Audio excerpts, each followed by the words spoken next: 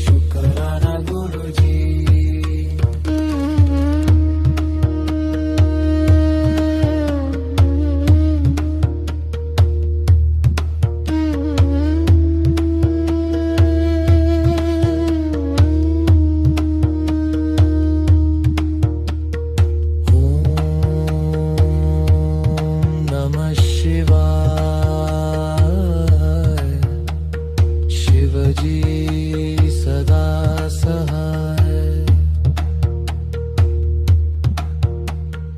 ओम नमः शिवाय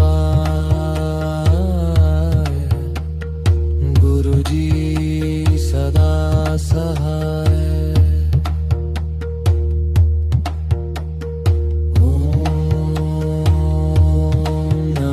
शिवाय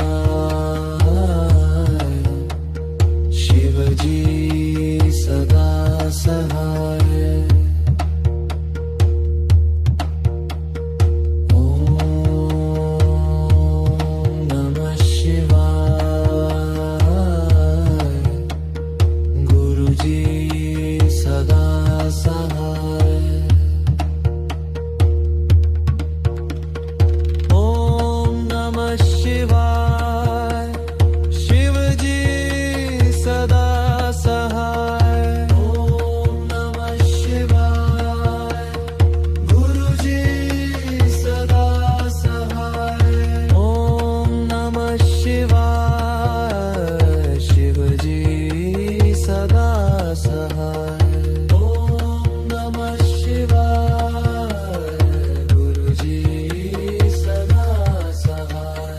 ओम नमः शिवाय शिवजी सदा सहाय ओम नमः शिवाय गुरुजी सदा सहाय ओम नमः शिवाय शिवजी सदा सहाय ओम नमः शिवाय गुरुजी सदा सहाय ओम नमः शिवाय शिवजी सदा सहाय ओम नमः शिवाय गुरुजी सदा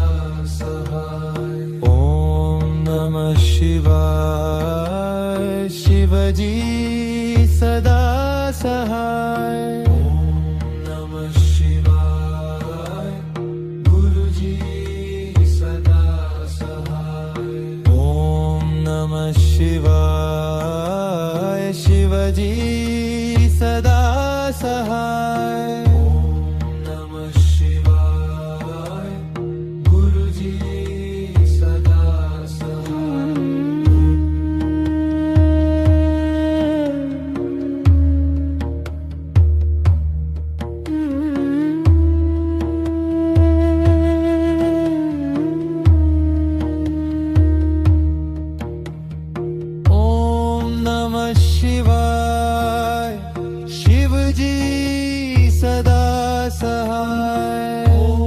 नमः शिवाय गुरुजी सदा सहाय ओम नमः शिवाय शिवजी सदा सहाय ओम नमः शिवाय गुरुजी सदा सहाय ओम नमः शिवाय शिवजी सदा सहाय ओम नमः शिवाय गुरुजी सदा सहाय ओम नमः शिवाय शिवजी सदा सहाय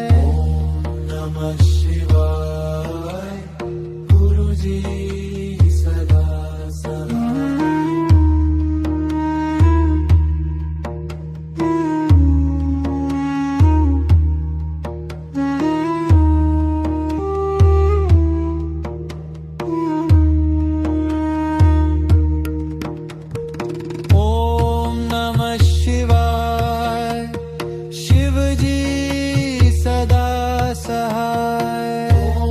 नमः शिवाय गुरुजी सदा सहाय ओम नमः शिवाय शिवजी सदा सहाय ओम नमः शिवाय गुरुजी सदा सहाय ओम नमः शिवाय